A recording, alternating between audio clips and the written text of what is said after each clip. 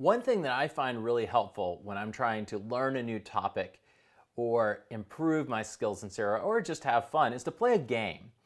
And when we can play games with new knowledge that we're trying to acquire, it's usually a fun way to really become masters of that knowledge and test our ability to use it, particularly if the games are fun and sort of challenging. And so one of the patterns that we can use is called the gameplay pattern. So the idea behind this pattern is we're going to ask ChatGPT or another large language model to play a game with us, and it's going to decide the rules. It's going to be the game master in most cases. Now, we can give it a variety of different sort of scenarios that can govern what its role is in the game, but we're going to look at gameplay where the large language model is serving as sort of the game master. It's creating the rules and it's driving the game. And so we can then take a game and we can say, I'd like a game on this topic or that has these basic rules, fill in the rest. One of the things that's really nice about this is that if we say create a game and we give it some basic structure around the game, it can tap into its training data in order to populate the game with content. So if you think about games like, getting the rules right obviously takes a lot of thought, but then there's a whole other challenge for a lot of games of how do you create a lot of great content to go with that game? And so this is a pattern where we can tap into the training data from the large language model in order to help it populate the content. Now it can also do a pretty good job of deciding the rules as well, but we're not going to necessarily look in these examples at complex rule generation. But we are going to look at a really useful example of this, and I'm going to show you how to create a game to improve your own prompt engineering skills. So the basic pattern of this is to say we are going to play a game, and we say involving or about or whatever, and we want to give it the topic. We start off this pattern by saying we are going to play a game and here's the topic. And then we decide some more information about what are the rules of the game. So in this case, we're going to have some simple rules. You're going to give me a simple task that can be accomplished via prompting you. So I'm telling it, we're going to play a game. You pick tasks where I could theoretically prompt you in order to solve that task. So you imagine what we're trying to do is have it play a game with us where it's going to give us a challenge of something we would try to write a prompt for, and then we're going to write the prompt and see if we did a good job. And then we're going to say your tasks should all have a reasoning or programming component to them, although they shouldn't require source code.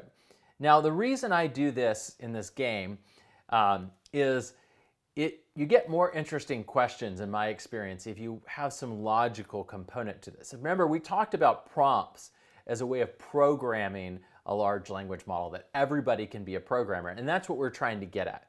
We don't just want to generate a bunch of poems about lonely trees standing in the middle of a field. We'd like to do more than that. We'd like to have to solve problems that have some sort of logical or interesting component to them, and that's what we're getting at here with this prompt. So we're going to build a game. It's going to challenge us to develop different prompts, and then we're going to try to make these tasks that we're solving related to sort of programming or logical things. Now next we go on and we give it some more rules. I will try to write a prompt to solve the task. You will give me the output of the prompt and tell me how well it solved the task. So it's going to give us the task, and you notice we're having it ask us questions. So it's going to give us the task. The task is going to be something that can be solved with a prompt. We'll write the prompt, and then it will run the prompt in order to generate the output that prompt would have output. And then it's going to tell us how good our prompt was. So this is interesting. We're actually having it play a game where it's pretending to be prompted and then telling us how good our prompts are. Ask me questions until I tell you to stop. You will ask me a question, wait for my response, and then ask me another question after telling me how I did. Ask me the first question. And so it says, great, let's get started with this first task. Given a list of numbers, determine whether the list contains any duplicate elements. If it does, return yes, there are duplicates. If it does not, no duplicates found. So now we've got a specific prompt engineering task. We're going to have to figure out how do we write a prompt where we give it a list of numbers and have it return one or the other of these things. And it's kind of interesting, right? This is one of the challenges that we often face when we're dealing with a large language model, is getting it to generate a precise output. And so it's giving us something where it has sort of a thought component to it of like, how do we design and tell it about what it is we're trying to achieve, but also it's also got an output component. We're trying to match a specific output format. And then it says, please write a prompt for me to solve this task. So I'm going to solve this task using few shot examples. So I give it a list of numbers. I show it some examples. I say basically in my prompt, I say, here's the numbers 1, 2, 3, and then I have duplicates, and I say no duplicates found. Then I have numbers 2, 2, 2, duplicates, yes, there are duplicates. And so I'm following the output format it told us. And then I'm going through and giving it a series of few shot examples to solve this. And then I prompt it, my final end of my prompt is basically duplicates question mark on the list I just gave it, which is solving the problem that it's asking for or trying to. We'll see what it says. But basically I'm asking it, does this list have duplicates? And we're hoping that what it says is no duplicates found and match this exact format that I provided before. And it does. It says no duplicates found right here. And then what's nice is it does the other part of the game that we explained. Your prompt effectively communicated the task and provided examples of different casts or of different cases. The task was to determine whether a list of numbers contains any duplicate elements, and you provided with examples. Based on your prompt, I was able to correctly determine that the list does not contain any duplicate elements. And then it goes on and it says, let's move on to the next task. So now it's playing the game, so it's moved on to the next task. Given a sentence, count the number of words in the sentence and return the results in the format. The sentence contains X words, where X is the number of words. So it's giving us an output that I have to produce. And notice it's giving an output now where I have to put the output in a different particular format. So before we just had to go and say there's duplicates or no duplicates, but now we're having to do something a little more complicated. We're having to count words in the sentence and then make sure the count shows up in a particular place in the output. This is exactly testing our knowledge of prompt engineering and some of the patterns and other techniques that we've seen in the past. Please write a prompt for me to solve this task. I'm going to use a pattern called the template pattern to do this. So what we say is I'm going to give you a template for your output. Number is my placeholder in all caps. Fill in my placeholder with your output. Please preserve the overall formatting of my template. My template is, and then I have the sentence contains number words. So I'm going to solve this problem. Here's my prompt to go and solve this problem. And then I say, how many words are in the following sentence? The cat jumped on the mat. And it says the sentence contains 6 words, which we see is exactly the format that it was looking for. And then it tells us, it grades us on our prompt. So what's really nice about this gameplay example is that from now on, you can go and use it to test your ability to do prompt engineering. And you don't have to think up what are prompt engineering tasks that I could try out. You can just use this prompt to have it generate the content for you. It can think up the ideas of the problems for you to solve with prompt engineering. And we can see in this simple example, it's already gone and tested some different dimensions of prompts for us and given us some opportunities to try out some different patterns. It then goes on and it gives us another interesting one. Given a date in the format YYY, MMM, DDD, meaning year, month, date, determine whether the year is a leap year or if not. If it is a leap year, the year is, YYY is a leap year. If it's not, and so how do I solve this? I'm going to go through and give it some few shot examples, kind of similar to I did before. But it's testing my ability to figure out what do I do to solve this in this particular case. And then it gives us the right output that 2023 is not a leap year. Now, what's really nice about this is, remember, it's supposed to be checking our prompts and testing our prompt engineering skills. And I want to show you something that I didn't even notice until it told me and tested me. So I said date 2009, 7/24, so July 24th, 2009, and then I asked if it, and then in my example I said leap year right here, and then I said the year 2004 is not a leap year. So my prompt example actually had a mistake because I'm asking it if 2009, July 24th, 2009 is a leap year.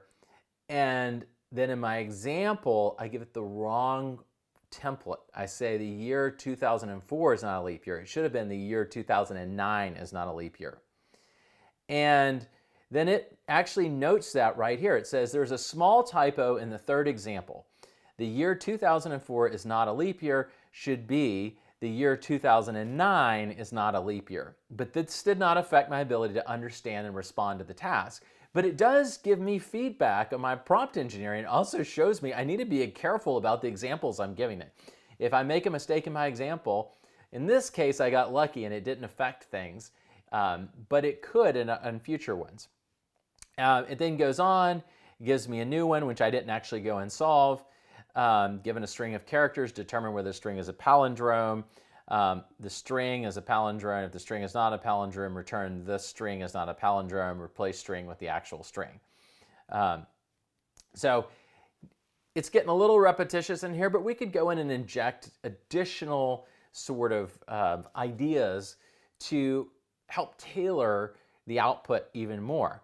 So you can imagine we might want to go in and target our prompt engineering a little more. Now, we've been learning a lot of prompt patterns in this paper. So one way we can adapt this game is we can give it a more specific topic about the type of prompts we're trying to develop. So in this example, I'm going to take the description of the recipe prompt pattern. And what's helpful is you can go to our prompt patterns paper and you can actually take a little section or explanation of those patterns along with the name, and you can provide it into this game as context, and it does a reasonable job if you provide enough information on the pattern and examples of asking you questions that would use that pattern to solve it. So in this one, I go in, I actually modify the game and I say all of your questions should revolve around the recipe prompt pattern. This pattern provides constraints to ultimately output a sequence of steps given some partially provided ingredients that must be configured in a sequence of steps to achieve a stated goal.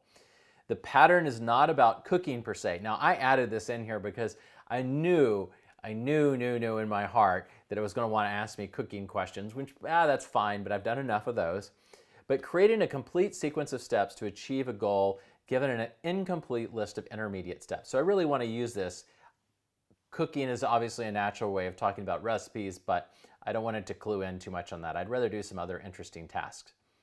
And so then it says, your goal is to create a prompt that instructs me to generate a sequence of steps for assembling a simple wooden bookshelf. The bookshelf has four main components: the top and bottom panels, the side panels, and the shelves. You've been provided with the following ingredients. Attach the top panel to the side panels, insert the shelves into the designated slots. Using these intermediate steps, create a prompt that will result in a complete sequence of steps for assembling the bookshelf. Remember, the prompt should be designed to fill in any missing steps and provide a clear order for completing the assembly. Now, what's interesting is this is kind of an interesting prompt because it has to have an understanding of a bookshelf and its structure. And you would have to go and write a prompt that's going to elicit the right problem-solving behavior on assembly of a bookshelf. So it's kind of a cool little problem. I then went and I took it and I said, all right, well, let's use another one of the patterns from the paper. And so I adapt and I say, we're now going to change the topic of your questions. The topic is now the context manager pattern. And then I'm basically providing the intent and context from the paper. And I'm saying this pattern enables you to specify or remove context for a conversation. And I'm not going to go into the details. It did a pretty good job. It asked me a question about the Eiffel Tower and its construction. Then I went and I changed the topic again. I said, we're going to change the topic of the question. The topic is now the template pattern. And I describe what the template pattern is.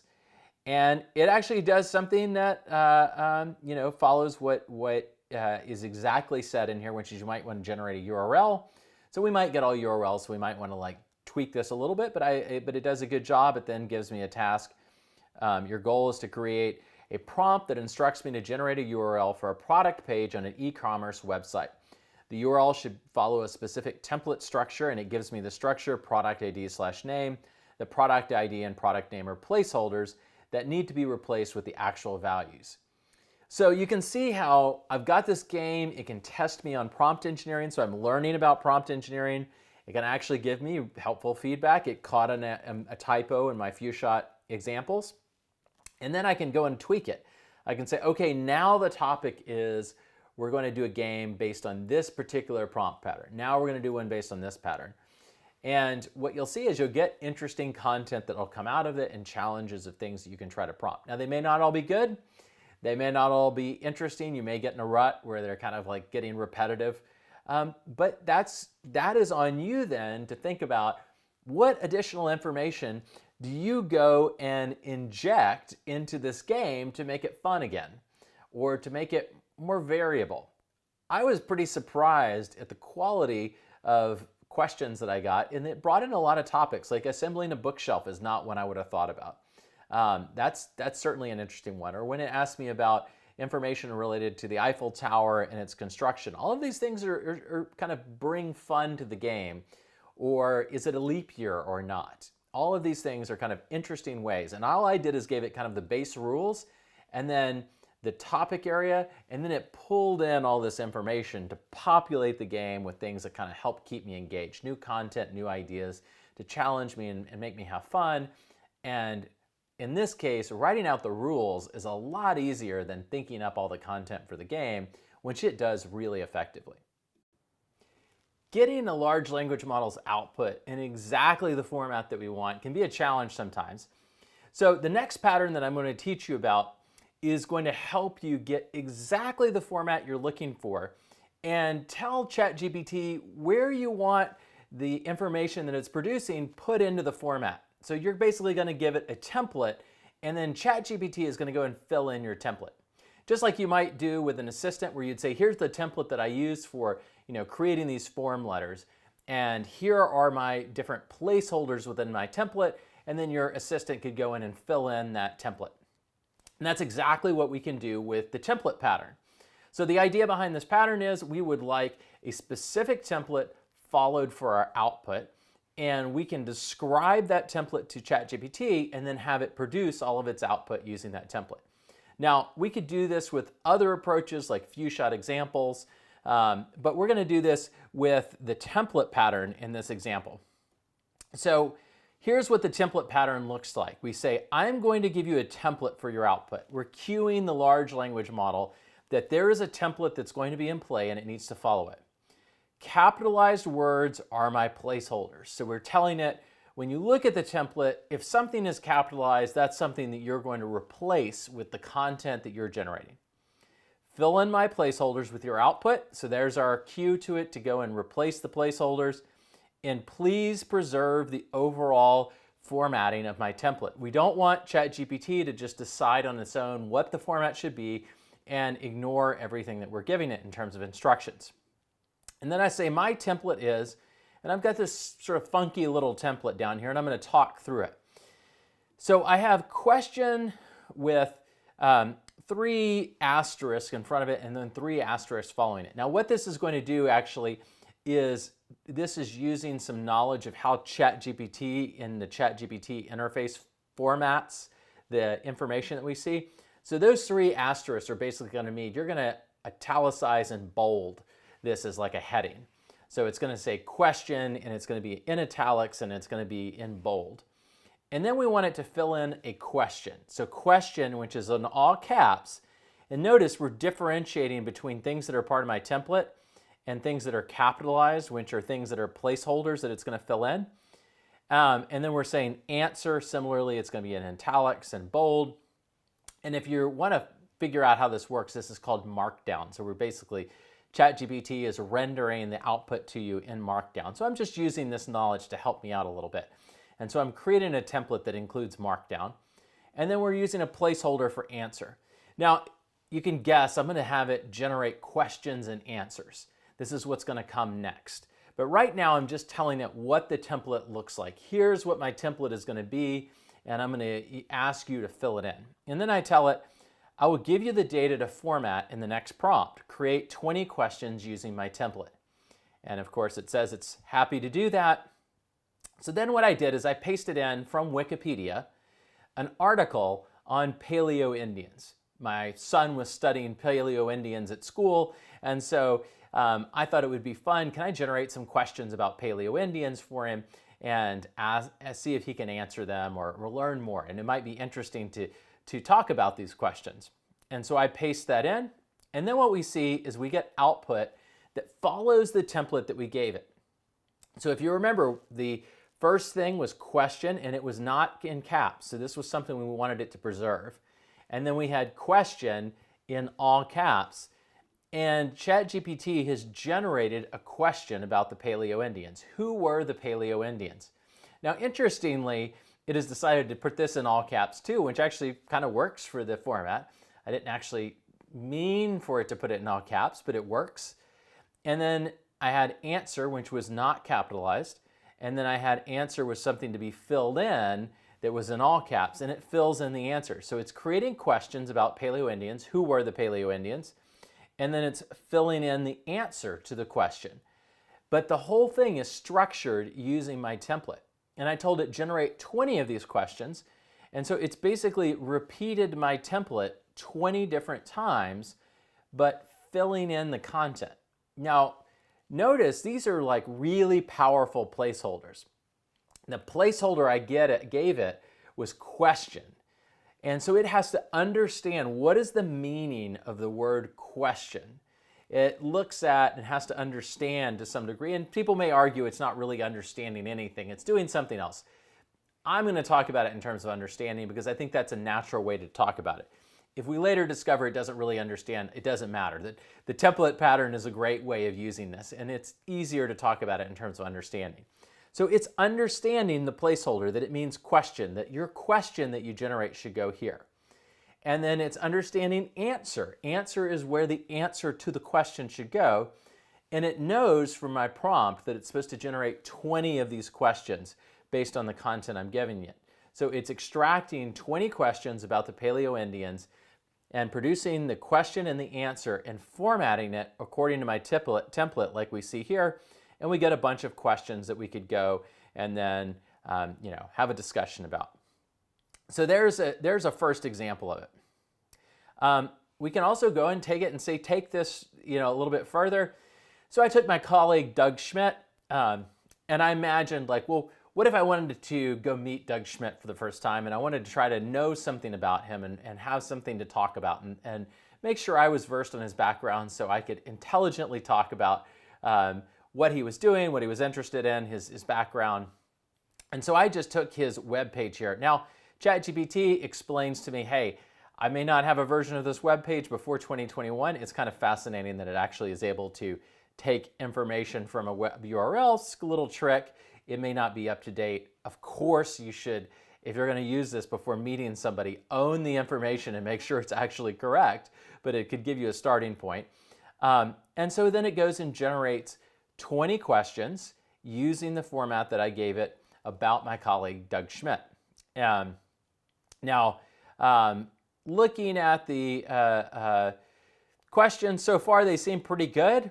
Now, if we wanted to do this in a more reliable way, we could have pasted in the actual questions or paste in the actual information from his web page in order to get information about him and generate 20 questions. Now, I'm going to show you another example because I talked a little bit about these placeholders, that they're not just placeholders. Like there's a real deep understanding of the meaning of the placeholders when you're using the template pattern. You don't just have to think of them as being really easy to match. They can also be kind of smarter placeholders, a placeholder that you might give to another human being if you wanted to explain to them how to use the template you're providing. So let's look at this example. I'm giving it the same sort of preamble for the template pattern. I'm still using capitalized words.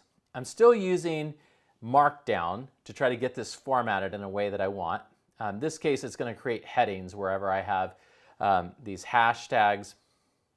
And so what I'm doing is I'm saying bio and name. So I'm going to paste in information about a history of Vanderbilt. And I would like to get basically a list of people from that history of Vanderbilt. And I want the names of the people and then I want an executive summary for each person and a full description for each person. Now, I'm stating that my executive summary is a one-sentence summary. So you notice my placeholder is more than just go and talk about this person. I'm actually putting constraints on what I want there. I want one sentence that summarizes, this person's role as described in the information I just gave.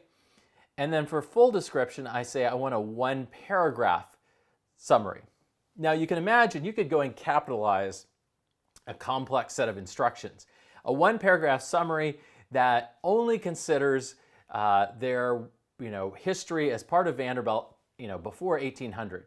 Now I haven't actually tested that one out, but I suspect it would actually work. But the key thing to note is I'm giving it more than just a simple match. I'm actually giving it a match on summary, go and create a summary here, but I'm also putting constraints on what it should be. It has to be a one-paragraph summary, or a one-sentence summary. And so this is like a power of the template pattern, is that we can kind of have complex instructions in the placeholders that we're actually going and replacing. So now I'm going to take a look. I pasted quite a lot of information in, and this is what we get as a result. Is we get the headings as we had before with the name. That all makes sense. But then if we look at the executive summary, it's exactly one sentence. So it's not only filling in the template, but it's filling it in with the rules that we've described in the template. So now we've got a one-sentence summary in the executive summary. And in the full description, we've got a one-paragraph description. And it goes through this for every single person that it extracts from the information that I give it. So the template pattern is a way to help you get the output that you want in the format you want. And you can use the placeholders in really sophisticated ways. They can be something that can semantically extract information. So I can dump a bunch of information in and say, I want to know the people. And it has to understand who are the people in this box, this bucket of information that's just been dumped in. It has to be able to extract the people. And I can say, I want a summary of each person, but it has to be one paragraph. So you can have instructions and constraints on these placeholders. You can also have sophisticated things. We could have said, for example, what is the role of each of these people in the history of Vanderbilt? And it could describe their role. So the placeholder can not only format the information, it can not only do sort of simple extracting and matching, but it can also do sophisticated things. It can follow rules or do things that would be really time consuming for a human, like take and extract information that would require a human to read through and understand and then put it in. So we're saying create a one-sentence summary of this person. Well, if I was going to have an assistant do that, they'd have to go read all the information and then make a list of all the people. For each person, they have to write first the one-sentence summary to try to capture everything about that person, and then they have to go write the one-paragraph summary. So that's really fast, really sophisticated intelligence that it's using. And the key to getting the output that we want from it is using that template pattern. We're saying, this is the format that you're going to give it to me in. This is exactly where everything goes. And here are these sort of really sophisticated rules in the placeholders to help you decide what goes in, how it gets formatted, what to exclude. It's a really, really powerful pattern for getting information in the format that you need and getting the right information put into that template. Describing everything in full English sentences or full sentences in whatever language you speak isn't always the easiest way to give the input to the large language model. Now, if you think about it in the real world, a lot of times we have our own specialized languages to describe different domains. So math may have its own specialized language, or we may have shorthand for taking notes or describing different interesting things. We may create our own little languages to be able to capture information in a more concise way than if we wrote it out in full sentences. Now, of course, the key to these languages is that the person that we're communicating with in the language knows the language too. They know the meaning of the different the statements that we're making, the different symbols or words that we're using. Now, as an example of this, we've been doing a lot of work in partnership with the city of Nashville and the emergency responders. And one of the things they do is the operators who are taking calls, and you can imagine this is a really stressful situation. They're trying to take notes down about what's going on in an emergency, and they actually have their own shorthand notation. You can imagine the stress and difficulty of receiving a call around an emergency and trying to take down information that can then be used to, take the appropriate action, send an ambulance or send a fire truck or whatever needs to be done. And so they have their own little shorthand notation. And if you go and just try to read this, you're not necessarily going to be able to read it and understand it, because it's designed for people who use it day in and day out to be able to communicate with each other, but not necessarily to be as explicit and obvious as possible. So I'm going to teach you a pattern where we can basically teach a large language model a new language and then communicate with the large language model in that new language or shorthand. So this is called the meta language creation pattern. So we're going to create a language. This is going to be our meta language creation, where we're going to go and describe to the large language model what our language is, what are the meanings of different symbols or statements in that language, and then we're going to go and converse with the large language model using it. So let's look at our example here. We're going to create a trip planning application. Now, I haven't gotten into the meta language creation pattern, but I'm giving you an example that uses it. So we're going to create this trip planning application. I will describe my trip, and you will list interesting things to do in the places that I will pass through. I will tell you how many days I will stay in each place, and you will list possible itineraries. So far, we've just got a prompt to help us do trip planning. Now, here's where we're going to go and use the meta language creation pattern. I'm going to say to describe my route, I'm going to use a shorthand notation. So we're cueing it in, and we're going to tell it about this shorthand notation. When I say, and notice this, Nashville, 3, arrow, Memphis, 2, I mean that my route will go from Nashville to Memphis, and that I will stay 3 days in Nashville and 2 days in Memphis.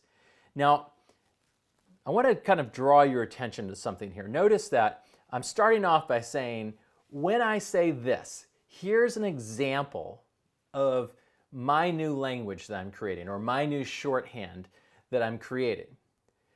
I mean this. And so you're taking an example and then you're showing it what you mean. So you're then saying, I mean that my route will go from Nashville to Memphis, and I will stay 3 days in Nashville and 2 days in Memphis.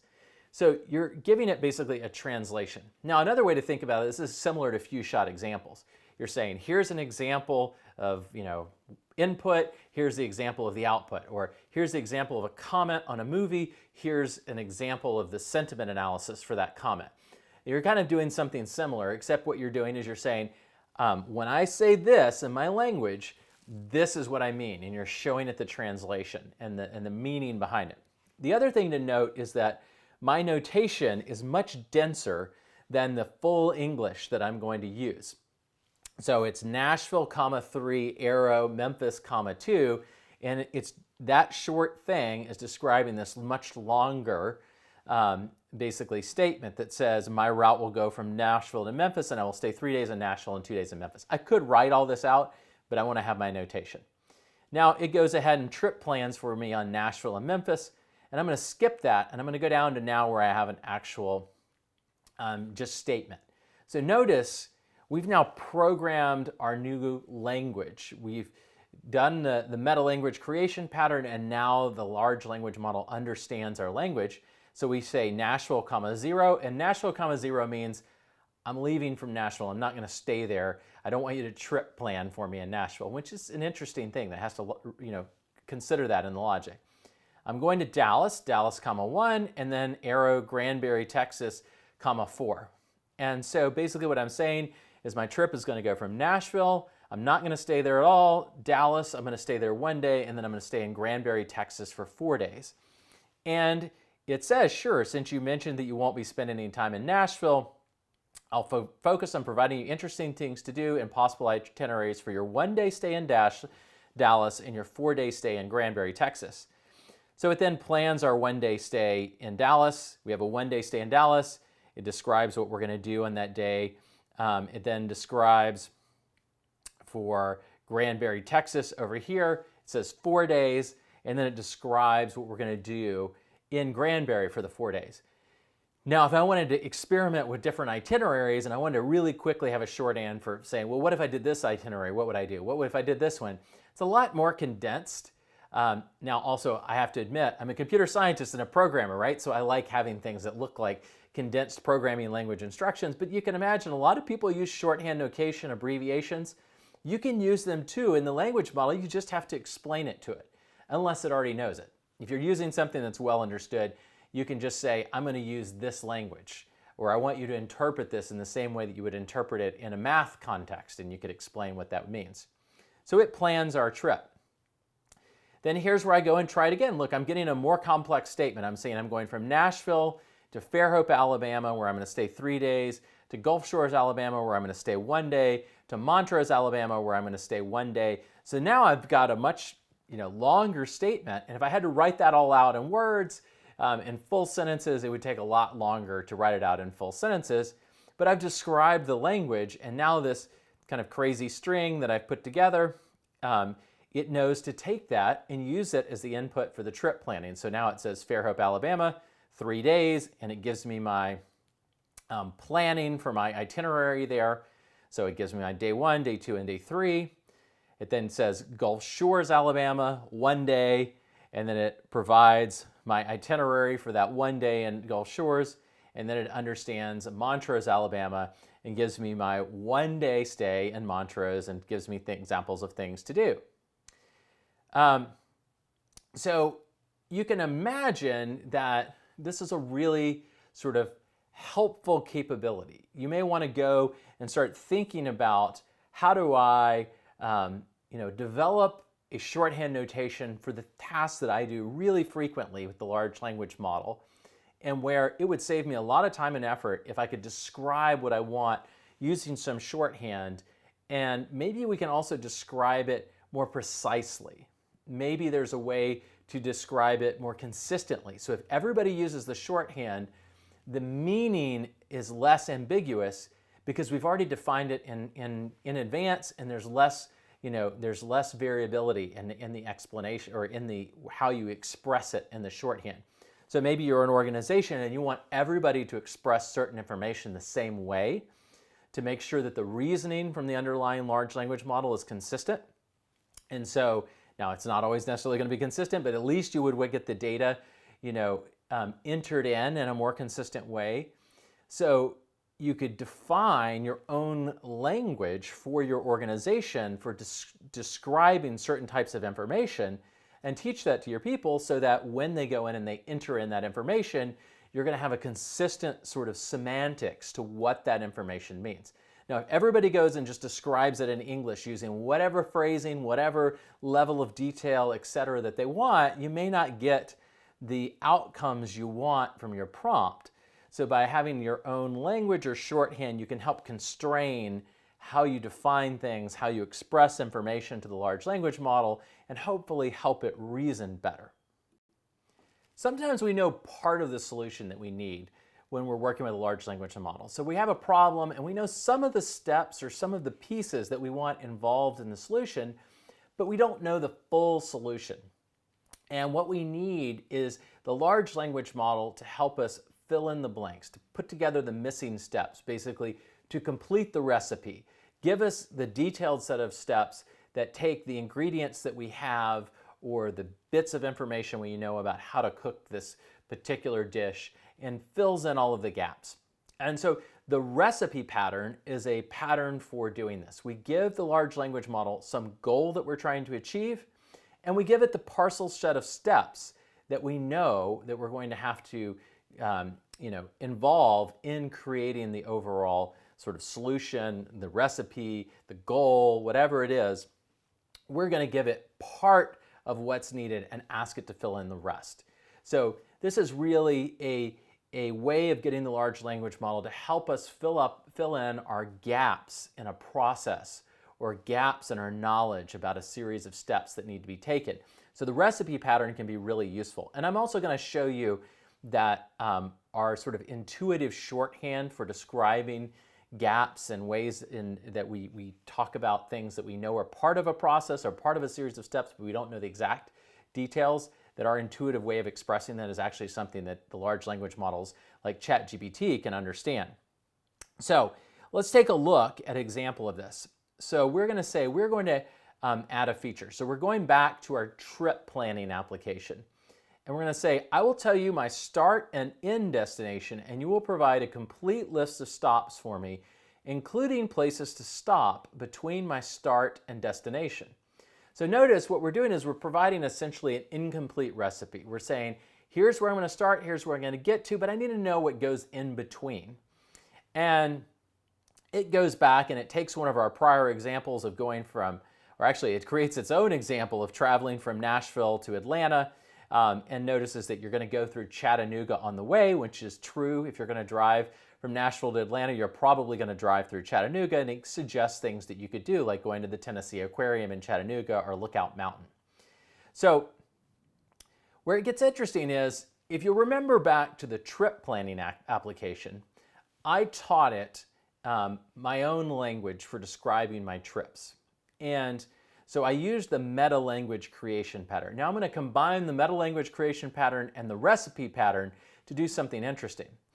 So what I'm going to do is I'm going to say Nashville, 0. So I'm starting in Nashville, and then I'm going to have just dots or ellipses, basically dot, dot, dot, arrow, dot, dot, dot, arrow, Fairhope, Alabama, 2. So I'm going from Nashville to Fairhope, Alabama, and basically what I'm signaling to the model is, I want you to complete it. Tell me where to stop in between, and I'm indicating I want to stop twice.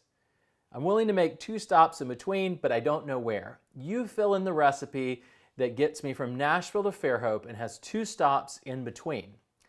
And it understands this. So dots are obviously dot, dot, dot is a natural way that we can express something we don't know. It understands that, and it fills in the recipe. It says we're going to start in Nashville, Tennessee, no time spent, as per your request.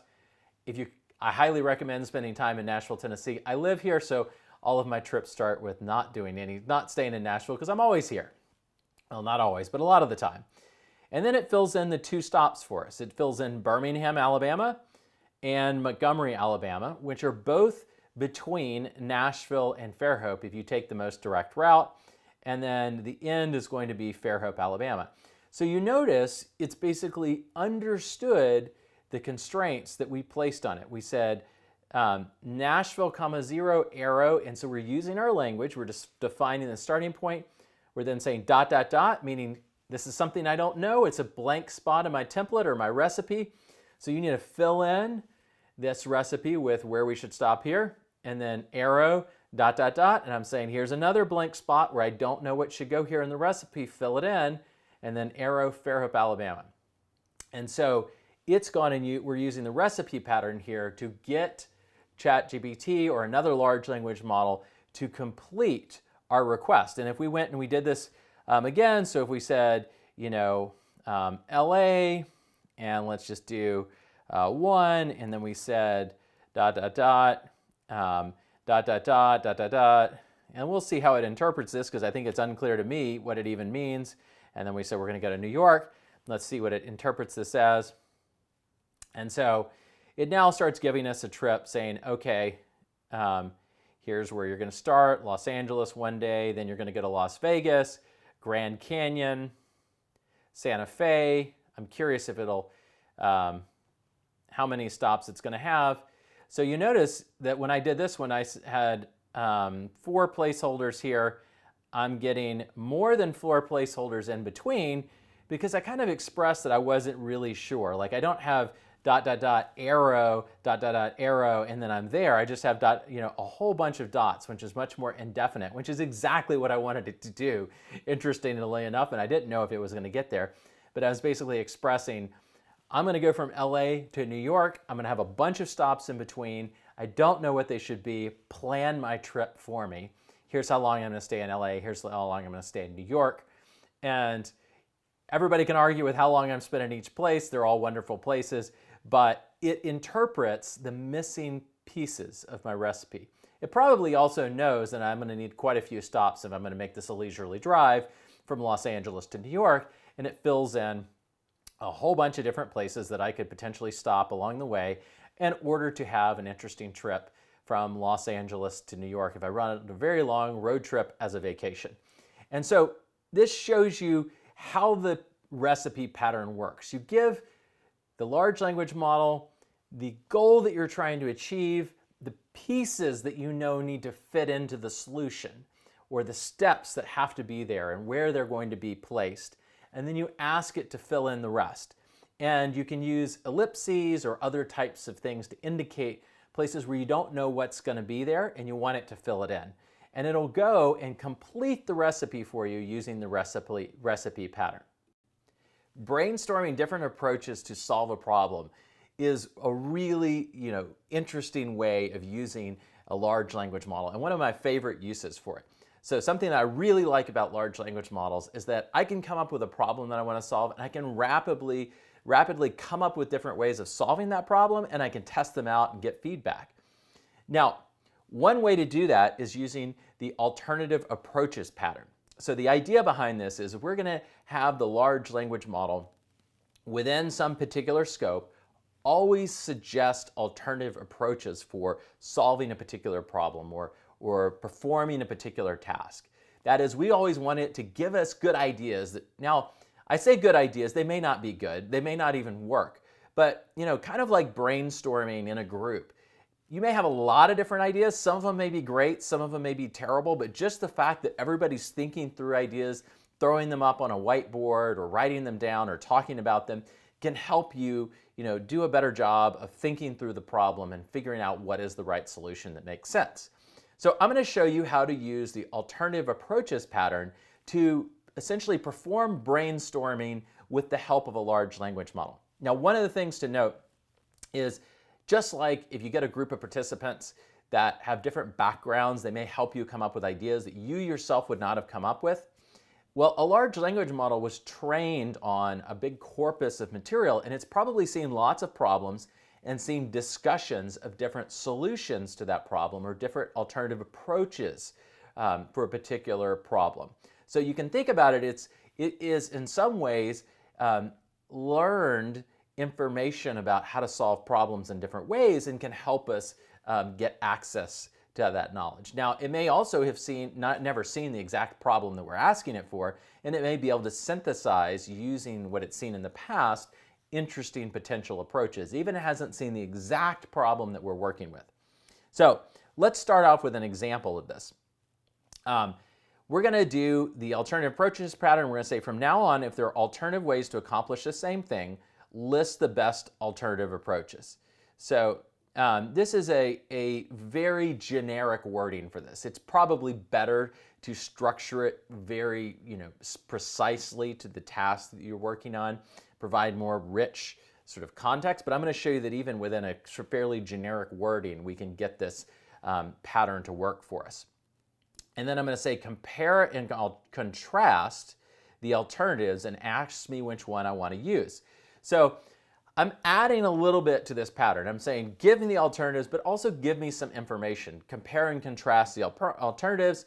So maybe that'll help me think through which one is going to better fit my particular situation. I can see if what are the pros and cons of each approach and which one sort of is a better fit based on those pros and cons. And so I then ask it, if you think back to in some of the past videos, we've looked at using gameplay to create prompts and test us on our ability to write prompts. And so one of the problems that ChatGPT generated for us is it asked us to write a prompt to distinguish leap years. Basically, we would give it dates, and the prompt should be able to determine if it's a leap year or not. And so I'm going to turn that into a task for ChatGPT. So I'm asking ChatGPT to write several prompts for itself to solve this task. So I'm having ChatGPT write the prompts for me. Now, I could have introduced this earlier in the course and just said any task that you have, you want to be better at prompt engineering, ask ChatGPT to do the prompt engineering for you. And that's basically what I'm doing here. And sometimes this works, but I don't want you to think that this is the best approach, that I should just always go to ChatGPT and ask it how to do it. No, you should have a sense yourself. Just like any problem you're bringing to a large language model, you have to own the content. So you should have some expertise in this area to help you distinguish what are the better approaches, what things don't make sense, what's unsafe or harmful in some way. You need to own whatever content comes out. So that's part of the reason I didn't just start by saying, prompt engineering, go ask ChatGPT for the prompt. We're not going to do that. But in this case, we are. We're saying we want ChatGPT to write a prompt to use few-shot examples to determine if a date in the year, month, day format is a leap year, and the output should either be year is a leap year or this is not a leap year. And so ChatGPT then says, approach 1, direct question format. In this approach, we directly ask ChatGPT whether a given date is a leap year, and then it shows us the few-shot examples for doing this. So it's generating the prompt for us that we could provide, use essentially to go and check if something is a leap year. Then the second approach, it says conversational format. And then it uses a completely different sort of style. It's still roughly the same format of generating few-shot examples to solve this problem. Now notice I scoped it to few-shot examples. I could have left the scope more wide open and just said write a prompt to do this, but I thought it'd be fun to look at different, can we write the few-shot examples in different styles and will it make a difference? And we could go and test this and see if it does. But we now see it generating, again, it's solving the problem of showing few-shot examples for leap years. And now it's actually, I noticed something interesting. It's showing us how to solve the problem. It didn't actually fully follow the format that I gave it because I said, Y is a leap year, or this is not a leap year, and it is putting the date at the, the year at the front. So it's actually made a mistake, and this is part of the reason why you should read your prompts that it generates. So make sure they're doing exactly what you want, but I could go and tell it and fix it and refine it. But you notice now I've got two different approaches to few-shot examples to solve this problem. And then at the end, I get a comparison. It says approach 1 is more formal and structured, making it easier to understand and parse. It may be suitable for applications where a clear and concise answer is required. And then it says, approach 2 is more conversational and natural, making it more engaging for users. It may be suitable for applications where user interaction is important, which is kind of true. If you were going to prompt the user and then have like, here's what the user said, here's what the assistant's supposed to say, this would probably make sense. If you were just, reporting on a Q&A, then maybe the other format makes sense. So it's a reasonable discussion of the different alternative approaches for solving this problem. Now, let's look at another example. I thought, what is a task that can sometimes be burdensome? And so I thought about email. Now, I haven't actually done this and tried it out on my email. I still kind of keep my email personal, if I can, to my laptop, but I thought that this would be an enhancement in the future if I was running a large language model directly on my laptop. Something like Llama or Alpaca, maybe I could do this and I would be comfortable with it. And so I say, whenever I ask you to write a prompt for me to accomplish a task, and I'm going to change the alternative approaches pattern slightly. I'm going to tweak it a little bit for this one. List what the task is, list alternatives for completing the task, and then write a prompt for yourself for each approach. So some basic format. Now I'm doing two things. One is I'm having it list the task at the beginning. So right here I'm saying list the task. And then I'm saying list alternative approaches for completing the task. So this is going to be upfront. One, it helps me know what its approaches are going to be before I even see them. I can see a preview. Two, this can actually be helpful for large language models. If you have it kind of summarize the task and summarize different approaches or reasoning, this has been shown to be helpful in many cases. So I'm actually asking it to do that at the beginning, just to show you how you can tweak the pattern and get some possible improvements. In this case, it does roughly the same thing that we saw before. And then I ask me what I want you to write a prompt for. And so the prompt I ask it is I say, write a prompt for ChatGPT to automatically detect questions in a chain of emails and summarize everyone's questions as bullet points beneath each question. So the idea behind this is really this key part is at the end, you can imagine getting behind on email and you want ChatGPT or some other large language model that you trust looking at your email, that you put it in the whole email conversation chain, assuming that you're following appropriate privacy and other rules around whatever content is discussed in that email chain. Maybe you start with something like what movie or what restaurant people want to go out to eat when you have like a group discussion. You get to these long group discussions and they've gone off the rails. People have discussed other things, thrown in jokes, commented on other people's jokes. And by the end of it, you can't really decipher who wants to go to what restaurant and why, because there's all this other random stuff thrown in. So you might go and say, summarize the questions and people's opinions on it, and it'll give you maybe just the discussion about the restaurant and people's perspectives. So you would dump this in, and I say, write me a prompt to do that. And so it gives me 3 different approaches. One, write a prompt that instructs ChatGPT to first identify all questions in the email chain and then extract responses related to each question. And finally, summarize the opinions as bullet points. Approach 2, write a prompt that asks ChatGPT to simulate a conversation where it plays the role of a summarizer. And notice it's basically using the persona pattern here in its own prompt for itself. Asking the user to provide the email chain and then generating the summary with bullet points. And then finally it says write a prompt that presents the email chain as a case study. That's an interesting approach. I wouldn't have thought of that. What's interesting is a case study, it probably read lots of case studies, so it's probably good at thinking about how do you think through a case study. And ask ChatGPT to provide a summary report that includes the questions and the corresponding opinions and bullet points.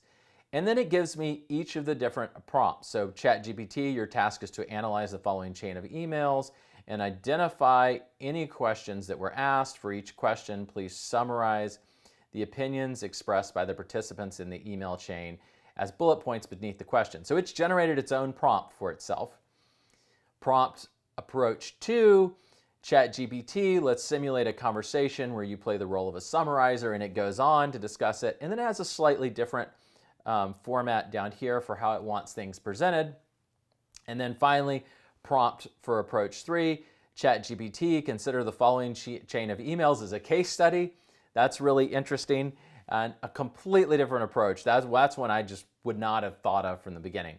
Now, maybe if I went to business school or something, I would be more thinking of case studies and this is a natural approach, but this is something new to me, and so I can learn from how to write prompts. And now I have 3 completely different approaches that I could go try out without having to think of them myself.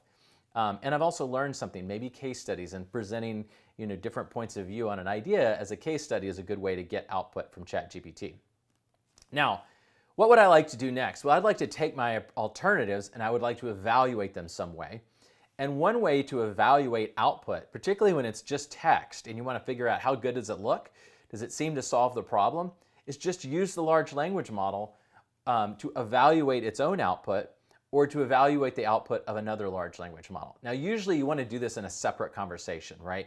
You don't necessarily want to tell the large language model, now evaluate yourself. Sometimes that leads to worse behavior where it just says, oh, I'm right, Sometimes what we want to do is take that into a separate conversation and evaluate it. And I'm basically asking it, how would you write prompts to take your own output and evaluate? How would you write prompts to evaluate the prompts? And so I say write a prompt to evaluate several different prompts for summarizing the questions in an email conversation and the different stakeholders' perspectives on the questions. And so then it gives me 3 alternative approaches again. Approach 1, write a prompt that presents multiple prompts to ChatGPT and asks it to evaluate each prompt's effectiveness in summarizing questions and stakeholders' perspectives. Approach 2, write a prompt that instructs ChatGPT to simulate a conversation where it plays the role of an evaluator and the user provides different prompts for evaluation. So again, using the persona pattern. And then write a prompt that asks ChatGPT to provide feedback on each prompt and suggest improvements, if any. And so there's kind of a different take in each one. The last one is really about how do we improve each one. Second one is using the persona pattern to act as an evaluator. And the first one is really to evaluate effectiveness. So they're kind of different sort of takes on the same idea, but now I have 3 completely different ways that I could go and take my prompts that it generated itself and kind of look at, and evaluate them using ChatGPT itself.